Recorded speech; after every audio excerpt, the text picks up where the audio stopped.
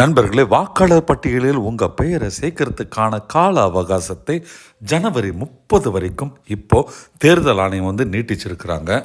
பெயரை சேர்க்கறது மட்டும் இல்லைங்க, சப்போஸ் உங்களுக்கு முகவரி மாற்றணும் இல்லை ஏற்கனவே இருக்கிற பெயரை நீக்கணுனாலும் அந்த திருத்த பணிகளுக்கும் இப்போது விண்ணப்பம் அளிக்கிறதுக்கான அவகாசம் நீட்டிக்கப்பட்டிருக்கு. ஜனவரி 30 வரைக்குமே அதுவுமே இப்போ நீட்டிக்கப்பட்டிருக்கு. வாக்காளர்களுக்கும் எல்லா ஃபார்ம்ஸ், அதாவது படிவங்கள்லாம் சரிபார்க்கப்பட்டு பிப்ரவரி 17 அன்னைக்கு இறுதி வாக்காளர் பட்டியல் வெளியாக வாய்ப்பு இருக்கு. டிசம்பரில் டிராஃப்ட் எஸ்ஐஆர் லிஸ்ட் வெளியில் வந்ததுங்க. அதுக்கப்புறமா பார்த்தோம்னா கிட்டத்தட்ட 13.03 லட்சம் பேர் தமிழ்நாட்டில் வாக்காளர் பட்டியலில் தங்கள் பெயரை சேர்க்க கோரி விண்ணப்பம் அளித்துள்ளனர்.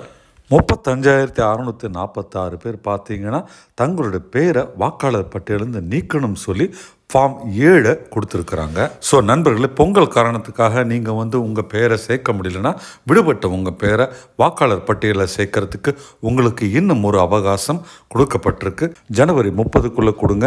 உங்களுடைய நியரஸ்ட் BLA என சொல்லப்படும் ஏஜென்ட்டுக்கோ இல்லை BLO என சொல்லப்படும் ஆஃபீஸர்கிட்டயோ போயிட்டு இந்த ஃபார்மை கொடுங்க நண்பர்களே.